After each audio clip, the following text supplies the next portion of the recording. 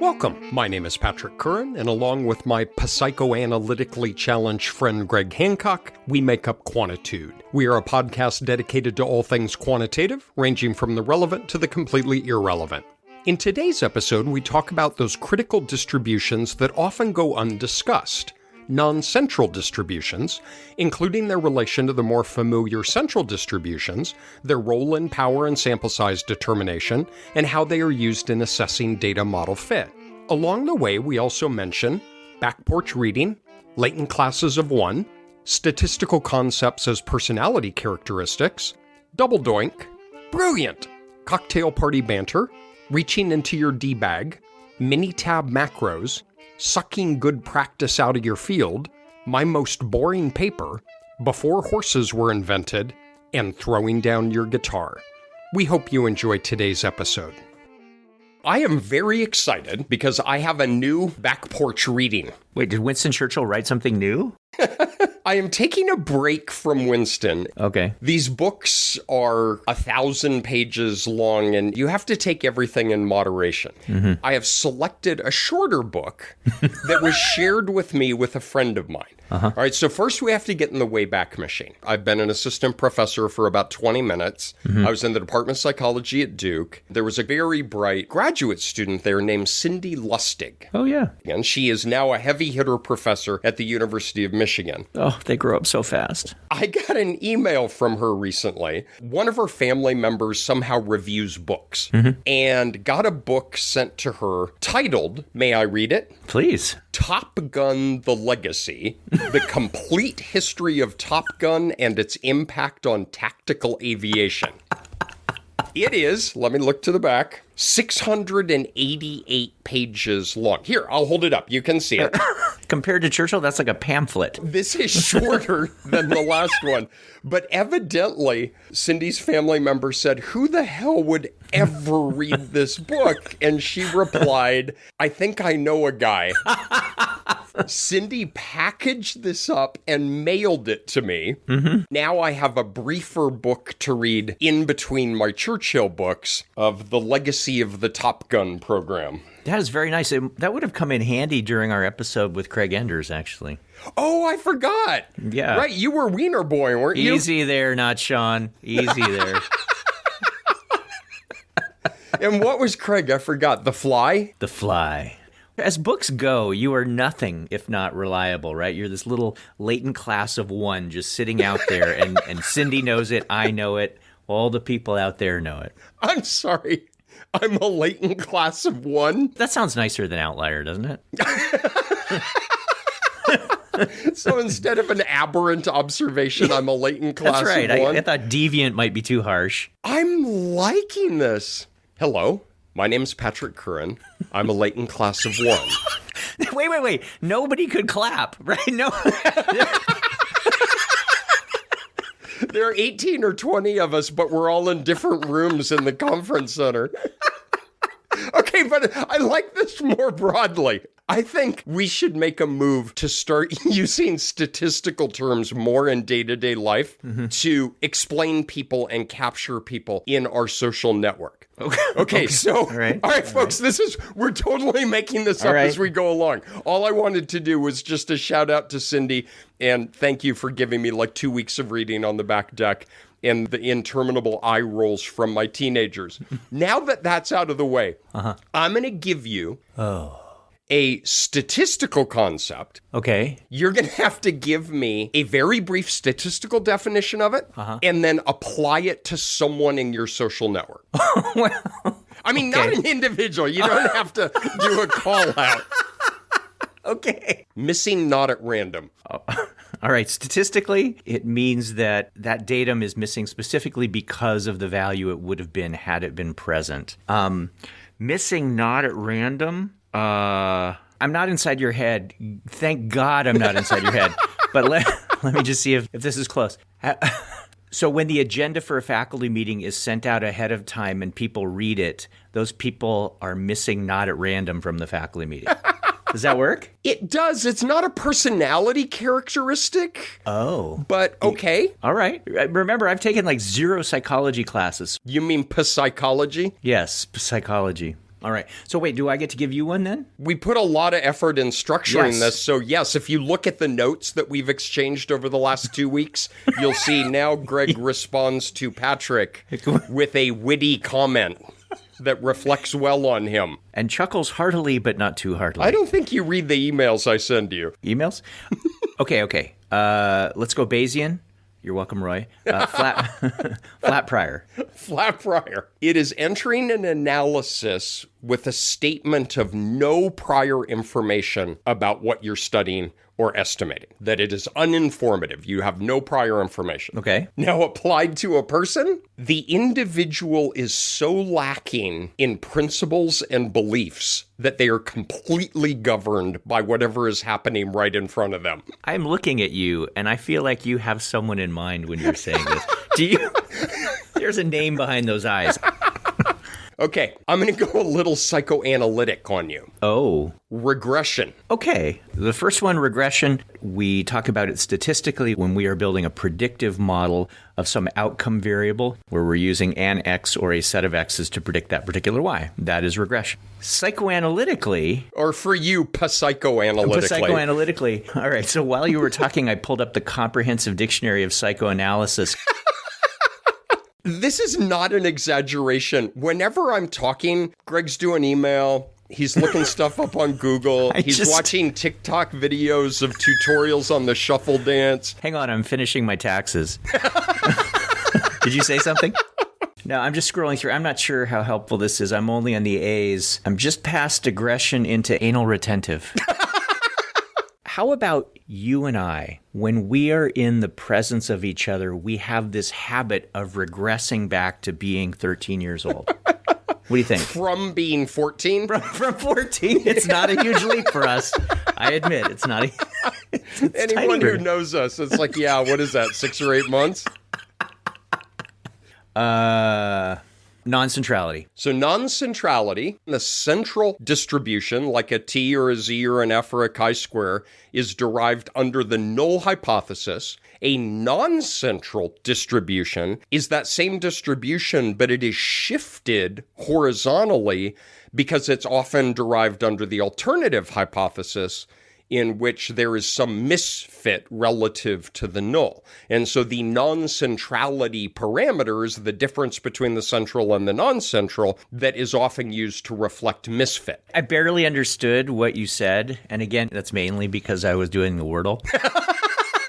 So maybe we'll have to unpack that. So give me the psychological. Okay, so if you were to say someone has a non-centrality parameter greater than 0, I think that's a new thing we need to move into the lexicon. Sure. I was talking to Dan the other day about some political stuff, and dude, he has a non-centrality parameter greater than 0. I like it because it could mean anything you want it to mean, right? But isn't that statistics? Yeah. Thank you very much, everybody. We'll be here all week. Yeah. That's outstanding. So that's the task for listeners, is at some point during the week, you need to work into your conversation a statistical concept, but in reference to a personality or behavioral correlate. If you have a colleague who in any meeting just is absolutely obsessed with whatever the conversation is going on and nothing else, well, Sally has a flat prior. Nice. If somebody is making an argument and they're just simply wrong, they have a very large non-centrality parameter. And if we all do this together, it will become normalized. Okay, maybe I didn't understand the assignment. I'm sorry. Regularized? Dude, I don't know. Damn it. I'm trying. God. Okay, but here's the interesting thing. I think the most misunderstood distributions in stats are non-central distributions. When you say misunderstood, we never freaking talk about them. So, oh my God, I love our job. I just love it because none of us ever teach this. And then we are utterly and arrogantly dismissive because you don't know it. Yeah. Is somehow you're just supposed to divine it from the ether that the numerator of the RMSEA is the sample estimate of the non-centrality parameter. Duh. What? Yeah. All right. So you said a lot of really cool stuff when I threw non-centrality at you, and it might be good just to sort of take that slow, because when we talk about distributions, we almost always mean, when we say the F distribution or the T distribution, we almost always mean a very specific one of those. And when I say a very specific one, I don't mean with a specific number of degrees of freedom. I mean this thing that you're alluding to called a central distribution, but that's only one of yet an infinite number of these other kinds of distributions. So where's a good place to start unpacking this? Well, let's again get back in the Wayback Machine and go to the very first distribution any of us were ever taught, and that's the standard normal, the Z. We were taught a variety of things about that, is that it has no degrees of freedom, there's only one, that there are an infinite number of normal distributions, each defined by its own mean and standard deviation, but because infinite seems like a lot, we talk about a standard normal, which is a mean of 0 and a standard deviation of 1. Why do we do that? Because we want to compute the integrals of the area under the curve to get probabilities. And if we just work from a standard normal, back in the day, we could literally just have a table so that we could look up those values. Well, what you're really doing is integrating under a normal distribution of a known mean and variance of 0 and 1. The word that nobody ever used is that's actually a central Z distribution. That is derived under the null hypothesis. How many of you have been made to repeat the probability that I would have observed a value of my test statistic of this magnitude or larger is this particular p-value if there is really no effect in the population? Well, what's implicit in that is we are deriving that Z distribution under the null hypothesis. And you were often taught, well, if you have a significant effect, your p is less than 0.5, it could have come from that distribution, but it probably came from another distribution. But nobody ever asks, what other distribution? And you say, oh, don't worry your pretty little head. It just probably didn't come from this one. Yeah, we learn everything there is to know about that distribution that is centered at 0, that Z distribution, the first hypothesis tests that we do, which are usually those tests about a single sample mean where the good Lord has chosen to give us the population variance. We don't know the mean, so we're going to test that, but by God, we were given the variance. Thank you very much. And under the null hypothesis, that converts to a Z distribution, assuming normality, that is centered at 0. But like you said, when we get a p-value that's really, really small, we find ourselves in this position of saying, well, either the null hypothesis is true and we got a sample mean that is just randomly out toward the tail, which doesn't happen very often, or maybe our sample came from a different population. Well, where is that population? And the answer is, well, it isn't centered at 0. It is centered somewhere else. Maybe it is centered half a standard deviation higher or a full standard deviation higher. And I'm starting to say things that sound a lot like effect sizes. So we understand the concept of effect sizes. What we're really saying is that the true distribution is centered somewhere else. So we refer to those as non-central distributions. Patrick used the word shift earlier because it's literally just the normal Z curve where it is shifted in some direction to represent whatever its truth is. And I don't know what its truth is, but at some point if I reject the null hypothesis, I think centered at 0 is not its truth. There are two things that I find interesting in how you describe that. One is, I really like that image of that being shifted to the right. But remember, we derive the distribution under the null. Let's say we're doing just a simple test between two means. The difference between the mean is 0. That's the null hypothesis. And we're able to derive the sampling distribution under that statement. If we want a specific non-central distribution, we have to make an equally specific statement about what is the difference between the means. So I like what you said is, well, maybe it's a half a standard deviation difference. So we have two distributions if we're using a Z-test. We have the sampling distribution derived under the null hypothesis, and we have the sampling distribution derived under the alternative hypothesis. And those two are exactly the same shape, but they're doinked over whatever your effect size is. Oh my goodness. The Bears' season's going to end on a double doink. The early literature actually uses that term. That was Gossett. Doink, doink, doink, doink, doink, doink, doink, doink. He had been on his fourth Guinness at the time, so... Explain the bottle again. Well, I fill it with authentic Guinness draft. Brilliant! And then we drink it. Brilliant! What else are you working on? You got to cut him some slack. Well, we got to doink it a little bit to the right. Right, exactly. There you go. Mom, I didn't know you were here. However, if we want to do a mind bender, rarely, if ever, do we work with Z distributions. We don't have an infinite sample size. Our friend Gossett on his fourth Guinness Brilliant! not only doinked it over, but said, "Arg." The shape of the distribution depends on the degrees of freedom. Arg. Again, if you go to some of his readings from the mid-1900s, it's ARRRRGHHHH. But it moves us to the T distribution. We're going to turn two knobs on complexity at the same time. One is, there's not just one distribution as there is in Z because it's asymptotic. We have a unique T distribution at each degrees of freedom. But as we doink that over, doink, doink, doink, doink, doink, it actually becomes asymmetric. That will take a lot more Guinness Brilliant! to get your head around, I think. Because with the normal curve, the only thing that we're doing is in the numerator. The denominator stays constant. It is whatever measure of variability we have that's derived from the population. When we get to the T distribution, though, we got things going on in the numerator and things going on in the denominator. The things going on in the numerator really are just kind of shifting things. The null distribution is centered at a T of 0, but the T value itself has not just some mean information in the numerator, it also has variance information in the denominator, where that variance information is not fixed. That variance information is dependent upon the sample. And there is a whole distribution that governs how variances fluctuate.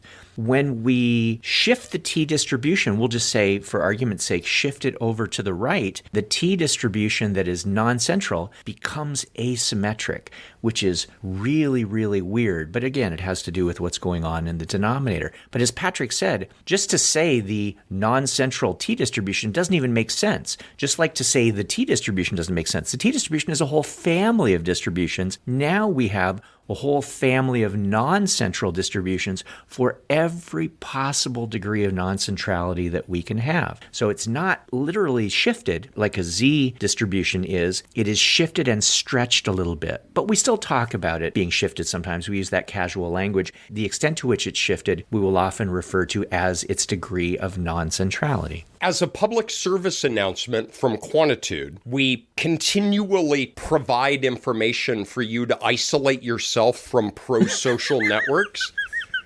What we're doing is giving you something at a cocktail party that is the equivalent of from Monty Python and the Holy Grail. What is the airspeed velocity of an unladen swallow? African or European swallow? I don't know that. Well, you have to know these things when you're a king, you know. When somebody says a T distribution, you can now say, well, do you mean central or non-central? I don't know that. But it's actually really important to think about these things. For the majority of distributions, there's central and non-central pairings. The stuff that we do, the Z, T, F, and chi-square, turns out there's even a non-central binomial, which is kind of cool, but in the kind of linear work we do, we tend not to encounter that. Anytime you think about a Z distribution, a T, an F in an ANOVA, a chi-square and an SEM, there are actually two versions of that aren't just, oh, that's interesting, there's a little trivia for the day. I mean, these are insanely important because they are the sampling distributions that are derived under an alternative hypothesis. In fact, from the perspective of non-central distributions, the central distribution is just a special case where the non-centrality parameter is 0. So something you and I like to talk about, right? When someone has a model where they say, well, your model is just a special case of my model.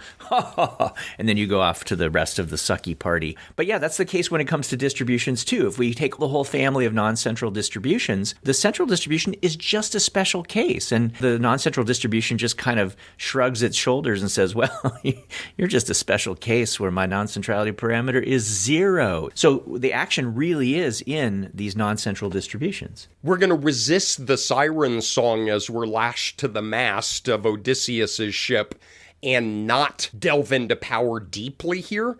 We may come back to that in a later episode and puzzle through it once we set up non-centrality. But when you talk about an effect size, and whether you learn this in class or you do this for a grant application, and you pick an effect size. So you go to Cohen and you pick a D value and it's 0.2 to 0.3, whatever it is that you're doing, you are actually talking about a non-central distribution under an alternative hypothesis. You are talking about to what extent is the distribution under the null shifted due to a misspecification of a given value. Now, I say misspecification, it's misspecification relative to the null. And sometimes we think about it as misspecification in an SEM. Sometimes we just think about it as an effect size as a difference between two group means. So when we use that terminology, we mean the same thing. We already derived the distribution under the null. Now we need to derive the distribution under the alternative. And you say, oh, cool, I can do that. What alternative, right? Because there are an infinite number of these distributions. And you say, oh, for a D of 0.2. And you say, cool, I can do that. Here's your distribution under a D of 0.2. That's the non-central distribution. And that's the distribution we can use to compute power. And we've all seen these pictures, right? It was probably with normal curves. And there was a certain degree of overlap between them. And there was a part that was shaded that was referred to as type 1 error, and that was in the null distribution. Then there was a part in the alternative distribution that was shaded that was labeled as type 2 error, and then there was a part that was labeled as power. Well, that's all great, and we should remember that. Who decided where that alternative distribution goes, right? There's a different alternative distribution for each effect size. If you reached into your bag of Cohen's D's and pulled out a different value, that would be sitting somewhere else. Every time you reach into your D bag and pull... Nope. Nope. Okay. All right. Anyway, the idea is that power is tied to this effect size. That effect size literally converts to a non-centrality parameter. Sometimes it's an easy conversion. Sometimes it's a more complex conversion. It depends on whether we're talking about Z's or T's or chi-squares or F's. But the same idea holds irrespective of which distribution.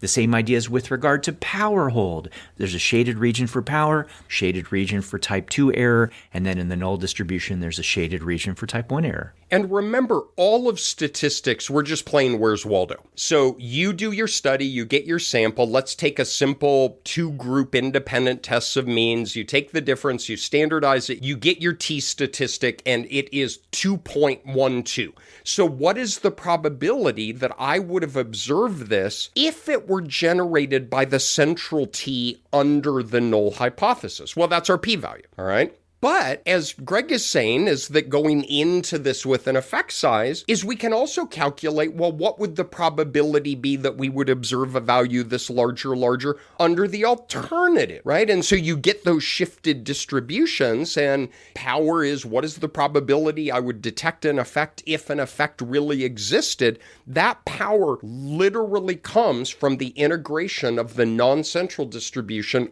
So part one is we have a central distribution that's under the null, and we have a non-central distribution that's under the alternative. Now, remember, it's a specific alternative. Absolutely. We can't just say under the alternative they're not equal because there are an infinite number of distributions, and so we say they differ by 0.2 of a standard deviation. Great. I can do the integration. I can get the probabilities.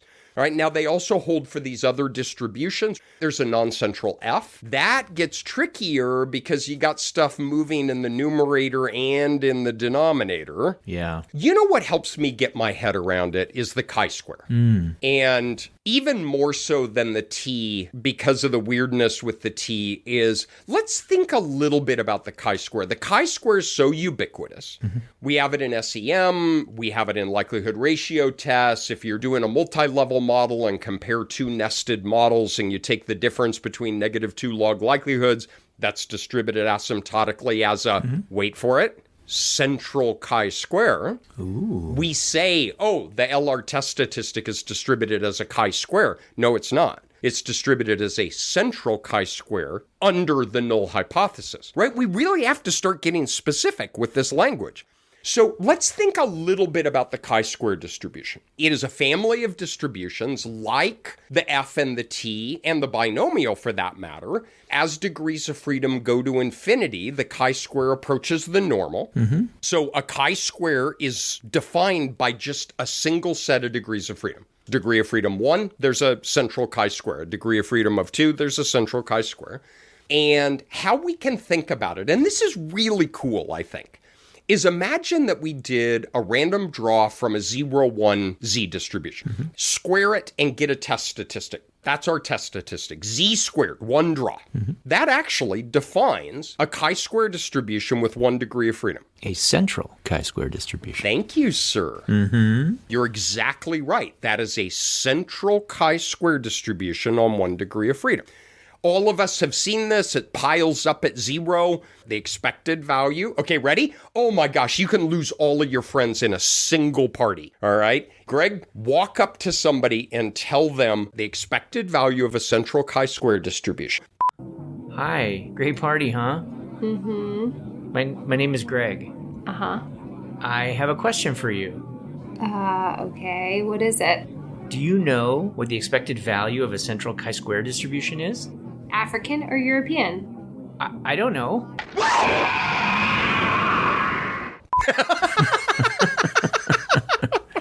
The expected value of a central chi-square distribution is equal to the degrees of freedom, and the variance is equal to 2 times the degrees of freedom. Oh, it's so beautiful. It is beautiful. So picture in your mind's eye a long tail skewed distribution that's centered over 1, has a variance of 2, because it's 2 times the degrees of freedom. That is a central chi-square on 1 degree of freedom.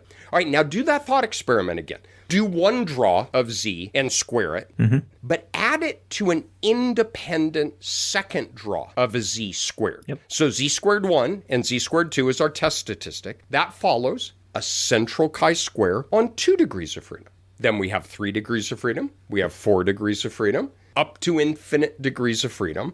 This is our workhorse. And I'll tell you what, it makes sense to me in the following way.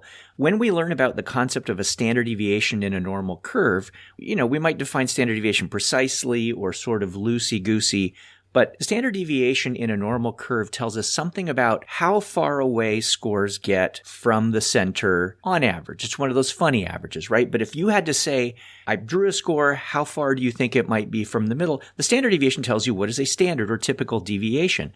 And the standard deviation in a z distribution is 1.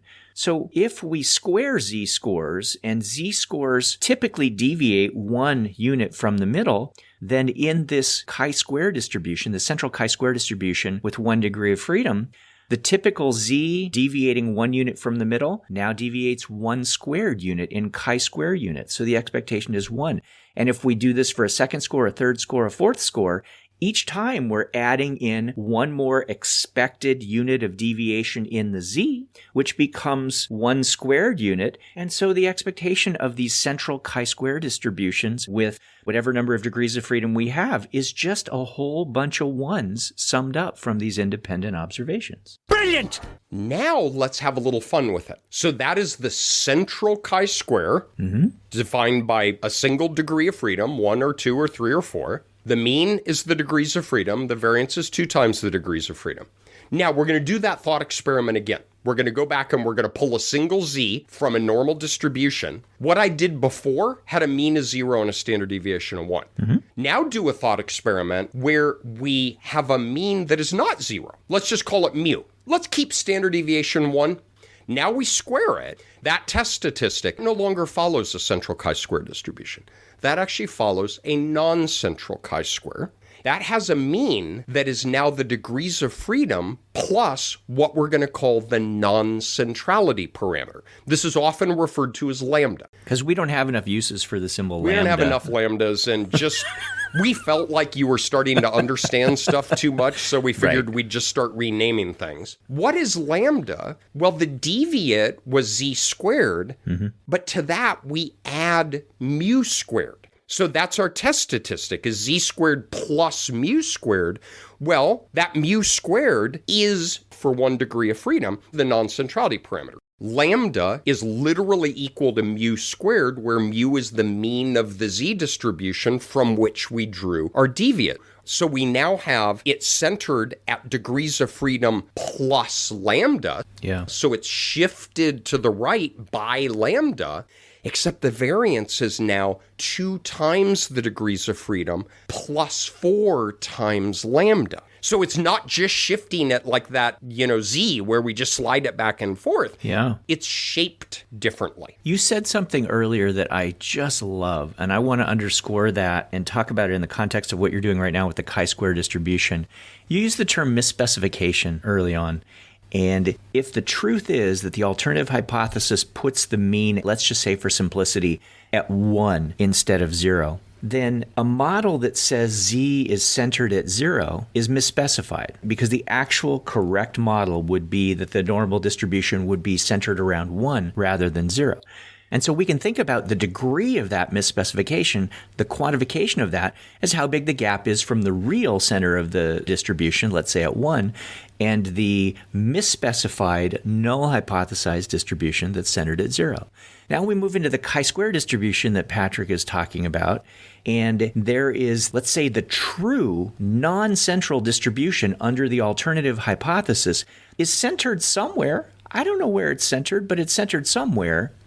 If that model is misspecified to assume that there's nothing going on, that the null hypothesis is true, the extent of that misspecification is captured by that non-centrality parameter. It gives us a sense of how bad things are, right? How far off things would be if we mistakenly misspecified the model and assumed that the null is true. So this non-centrality parameter, one way to think about it is how much the distribution gets shifted. I'm using that term loosely. How much the distribution gets shifted from central to non-central. But the other way to think about it, which I think is really useful, is to think about it as how much misspecification is induced if you go from the truth to some misspecified model that assumes that there's nothing going on that you're assessing. So I love the idea of the non-centrality parameter as being an index of the potential degree of misspecification that you have in a model. And it turns out that, extending what Greg just talked about, we can get a sample estimate of the non-centrality parameter based on our model and our data. So I have a sample. I fit a structural equation model to it. And even if we talk about SEM stuff, as this generalizes across everything that we do. Yeah. So I have an SEM. I impose restrictions on the parameter space to keep Popper's corpse happy. I make an a priori statement about the structure of the model that I believe. I fit it to the data, and I obtain my chi-square test. All right, let's be a little bit more specific in terms. All right, first, you don't obtain a chi-square. You obtain a test statistic that we assume to follow a chi-square distribution. But we don't assume it to follow a chi-square distribution. We assume it to follow a central chi-square distribution under the null hypothesis. All right, so you go to your output in whatever your favorite program is, and you get a chi-square of 22. All right, again, that's not a chi-square. Right. That is the value of a test statistic that, under assumptions, we believe to follow a particular distribution. All right, I know we're nibbling around in specificity, but these are really important. Yep. You get a test statistic that we assume to follow a central chi-square under the null hypothesis. And we look at the significance of that. Whether that be a good or a bad thing, we can argue about that on a later day. But let's just pretend that if it's less than 0.5, we say it's significant. If it's greater than 0.5, and so on. All right, now here's the fun part. The expected value of a central chi-square is its degrees of freedom. All right, so if you have 10 degrees of freedom, the mean of that distribution is 10. The expected value of a non-central chi-square, which is, remember, the sampling distribution of the test statistic under a specific alternative, that expected value is the degrees of freedom plus lambda. Oh, well, if you got the chi-square with degrees of freedom plus lambda, and we want to isolate lambda, I'd be awfully tempted to take my test statistic and subtract the degrees of freedom. So your chi-square minus your degrees of freedom, it turns out that's a sample estimate of the non-centrality parameter. Yeah, because your sample exists under the alternative conditions. Whatever truth is, your sample came from truth. Your sample didn't come from the null distribution, unless the truth is the null distribution. So your sample's chi-square should come from a distribution that is centered somewhere else. And the expectation is its degrees of freedom only under the null hypothesis. So how much higher than the degrees of freedom are you observing your chi-square to be? That difference right there, as Patrick said, is a guess about what distribution our sample really came from and how non-central it is. Estimate your model. You get a test statistic of 22 with 10 degrees of freedom. Your sample estimate of the non-centrality parameter is 22 minus 10 is 12. Done. That is your estimate of lambda hat. Okay, even I can do the math on that one. You wrote a SAS macro to do that, I bet. Actually, it was in Minitab. But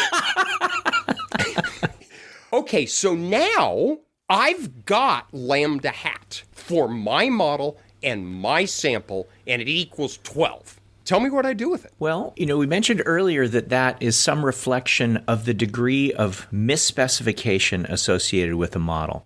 And we said that back in the Z distribution. We said that back when we were just starting into the chi-square distribution. So I know that your model would fit perfectly with your sample if you had a completely saturated model. If you had, for example, in a measured variable path model, all variables connected to everything else. Once you aren't imposing any constraints, you get down to 0 degrees of freedom. You get down to a 0 chi-square. And that's going to fit perfectly. So what you have is the potential extent to which you might have misspecified your model by squeezing on your model by imposing constraints, by keeping Popper's corpse happy. So we could use that as a way to gauge something about how much badness of fit is in the system. Because in fact, that non-centrality parameter estimate, your lambda hat, is going to reflect the potential badness of fit that you have. So how do we convert that to something, right? I don't typically go up to someone and say, my non-centrality parameter estimate was 12, and they go, ooh, 12. No, that never happens because they don't know what 12 means.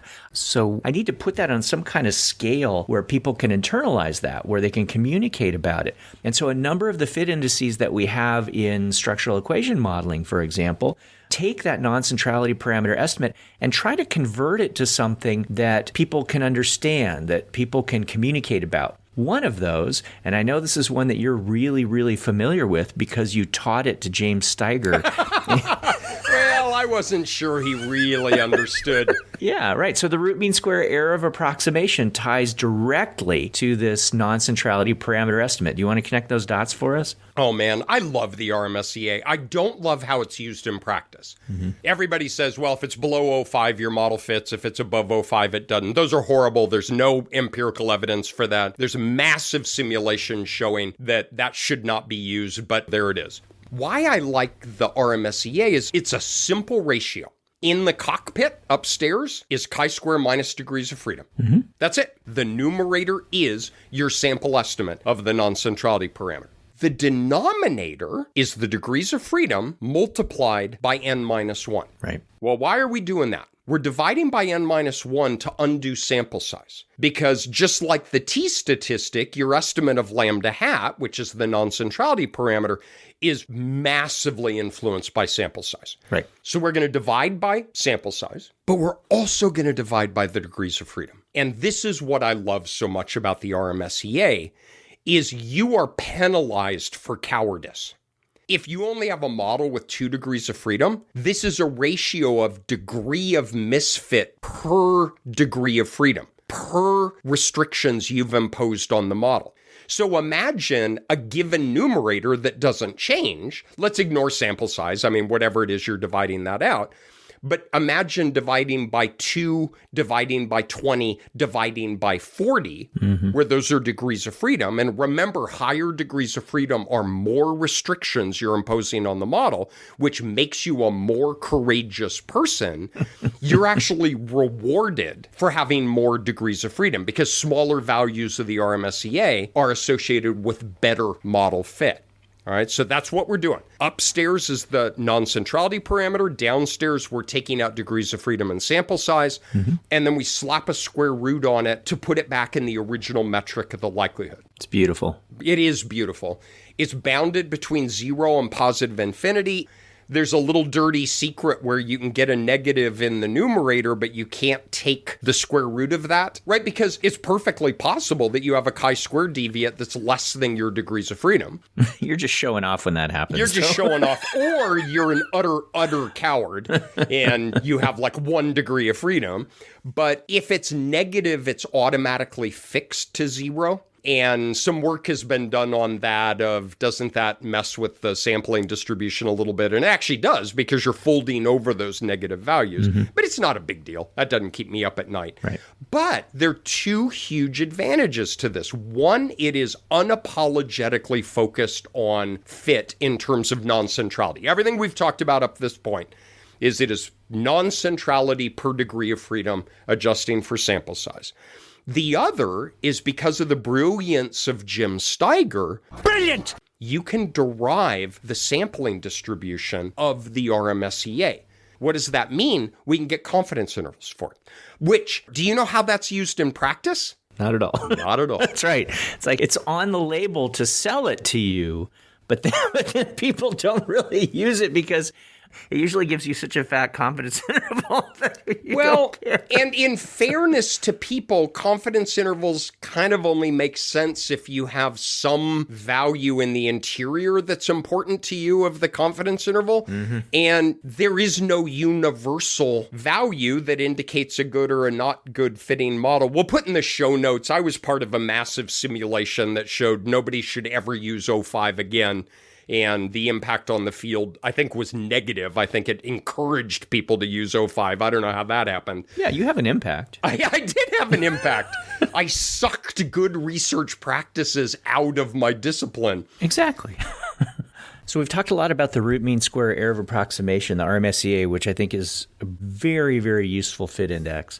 There are other fit indices that are based on non-centrality also, and they start to get into the area called relative fit indices or sometimes incremental fit indices, the idea of comparing something about your model to something about another model. And the something that gets compared in what we're talking about would be the degree of non-centrality. So if we take something called the RNI, Relative Non-Centrality Index. Yeah, exactly. I think it was McDonald. Yeah, that's right. So the idea of the Relative Non-Centrality Index, the RNI, is just what we're talking about right now. We take the chi-square minus degrees of freedom for our model, but then the question is relative to what? And the answer is often, it doesn't have to be, but the answer is often that thing called a null model or an independence model, a model that says all of the observed variables that we have are independent of each other. They have no covariances among them, which means the only parameters associated with that model, that very, very, very harsh model, are the variances of those variables as well as the means, which if you estimate as many means as you have variables, the mean structure becomes irrelevant because it doesn't have a specification. So in the relative non-centrality index, we have the ratio of our model's non-centrality estimate to the non-centrality estimate associated with that independence or null model. And by God, we hope our model's non-centrality is way better, way smaller than what you would get for a model that's so draconian like the null or baseline model. And so if we take 1 minus that, it makes the index such that numbers that approach 1 make us feel really, really good, and numbers that approach 0 make us feel horrible, because the numbers that approach 0 mean that the non-centrality estimate associated with our model is about as bad as the non-centrality estimate associated with that baseline model. So that's the RNI. The CFI, comparative fit index, is essentially that, but it has some bounds slapped on it. There are certainly other indices that have chi-squares and degrees of freedom in them, but I would say the root mean square and then the relative non-centrality index or the comparative fit index are the ones that are really most anchored in this idea of non-centrality or non-centrality estimates. But the weird thing about these incremental or relative kinds of fit indices where you have the non-centrality estimate for your model relative to the non-centrality estimate for that null model is that, the null model is so bad, it gives me pause. You clearly have not read the most boring paper I have ever written. Wow, that is saying something. That is saying something, but you're exactly right. And you're invoking a thing that sometimes is called population drift. All right, now Greg and I came up through the system back before horses were invented.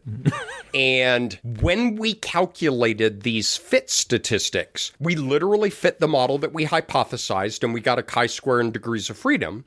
And we manually fit the baseline independence model. Oh, yeah. Where we have the same variables, we just modified the code, and everything got a variance and a mean, but no covariances with anything else. All right, so think about that as a bold statement for a whole bunch of cowards.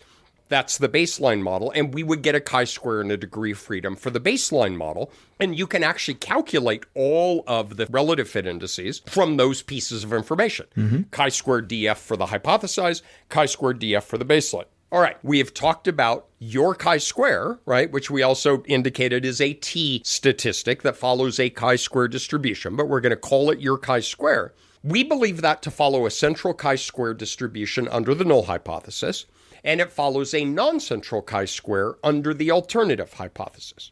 Right? What could possibly go wrong? Remember Ken Boland's great line of, we've got to read the fine print. All right, here's the fine print on the non-central chi-square distribution. We have to assume that that non-central chi-square distribution is derived under an alternative that represents a misfit in the population that is approximately the same size as misfit arising from sampling variability. Ooh. All right, any questions on that? Is that pretty clear? All right, anyone? Huh? Yeah, huh? All right, what this means is the misspecification is not excessive. Oof. All right, again, super helpful, guys. Thanks a lot. Right, you have to have a sufficiently large sample with a misspecification that's not excessive. So think about that. We want our test statistic to follow a known distribution under a given misspecification. That's our non-central chi-square, so that we can get these estimates of the fit indices. But it's saying if your model is misspecified in a sufficient enough degree, your test statistic doesn't even follow the non-central chi-square. All right, and what people do is roll their eyes and say, well, your model is never going to be so misspecified that that condition would come online and it wouldn't follow a non-central. I mean, when would you ever do that? You'd literally have to manually go in and remove all the relations among all of your variables. You would be hard-pressed to come up with a worse model. The baseline model that we use in all of our relative fit indices is horrifically misspecified. Yep. So the most boring paper I ever wrote, and I pulled down some people with me, Boland and colleagues, and we'll put this in the show notes. We did a computer simulation to say, hey guys, I wonder what would happen if we got these t statistics under varying degrees of misspecification. So if we omit some regression parameters, if we omit some cross-loadings, and then let's really swing for the fences and look at the baseline model. And the punchline of the paper was, even for our most severely misspecified model, that we would have some theoretical credence in. That we had some omitted cross-loadings, we had an omitted direct effect. So you would want to know it was misspecified, but it was still reasonable. Our t statistics followed the non-central distribution that we assumed it did. Baseline model, it threw down its guitar and stormed out the side of the stage. And it was like, F you guys, I'm out of here.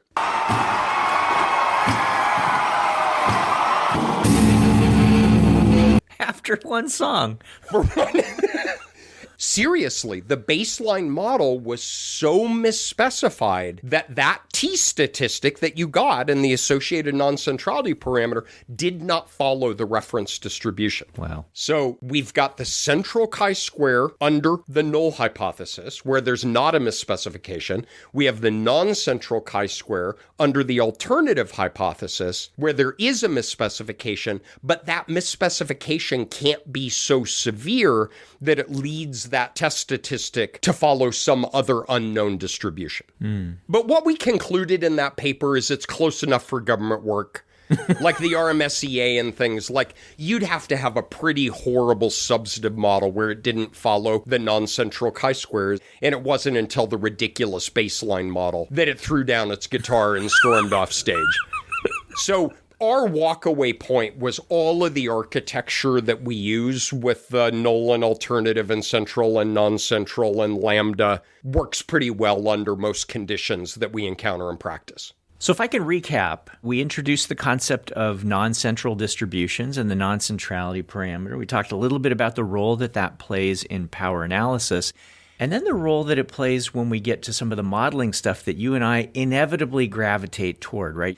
It doesn't matter what we're talking about. You and I are going to bring it to structural equation models because we have latent tendencies.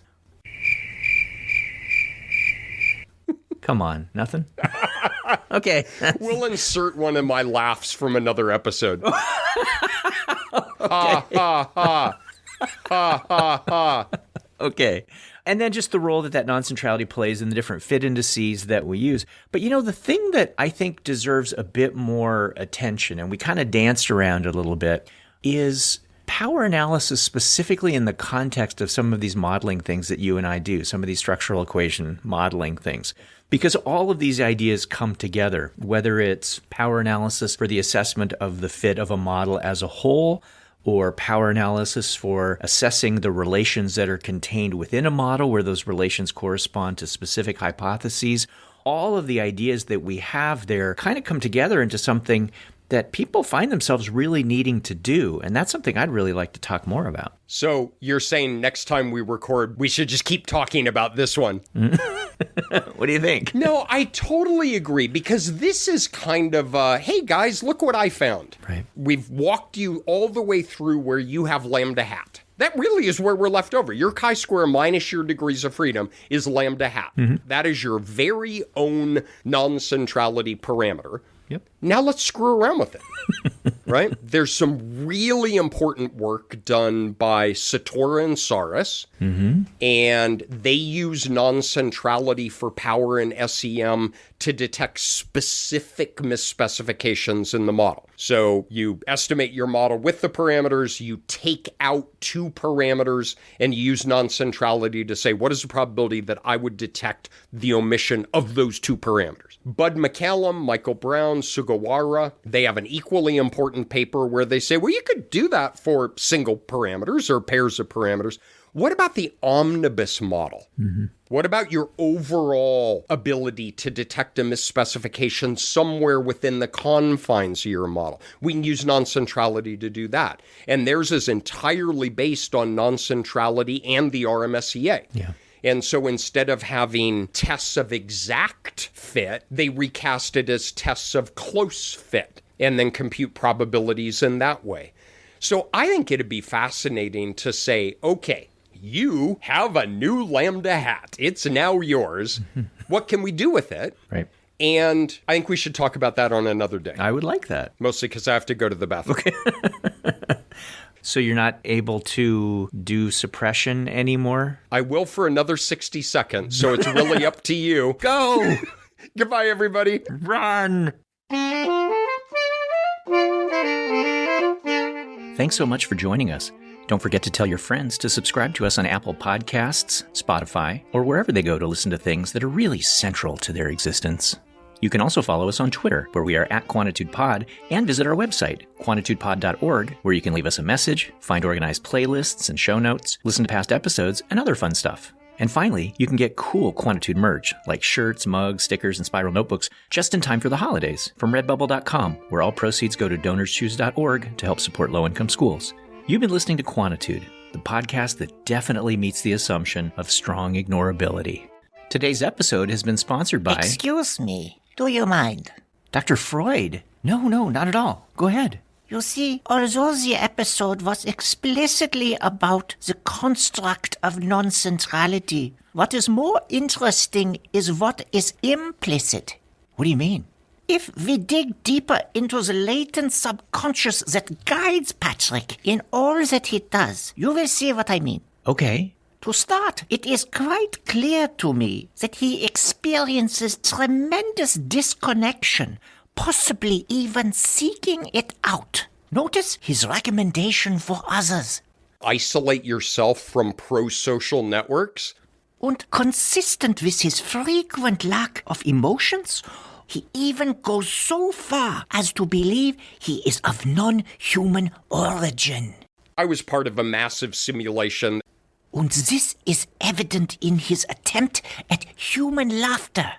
Ha ha ha. Ha ha ha. Wow. Ja, and how does this make him view himself? Listen. Deviate? And also, a misfit in the population. But does he want to talk about this even privately, therapeutically, to help confront it? You guys, I'm out of here. He becomes hostile. Exactly. Of course, all of this has one higher order, underlying latent construct that guides it all. Mom, I didn't know you were here. Oh, indeed she is. Yeah, indeed she is. This is most definitely not NPR.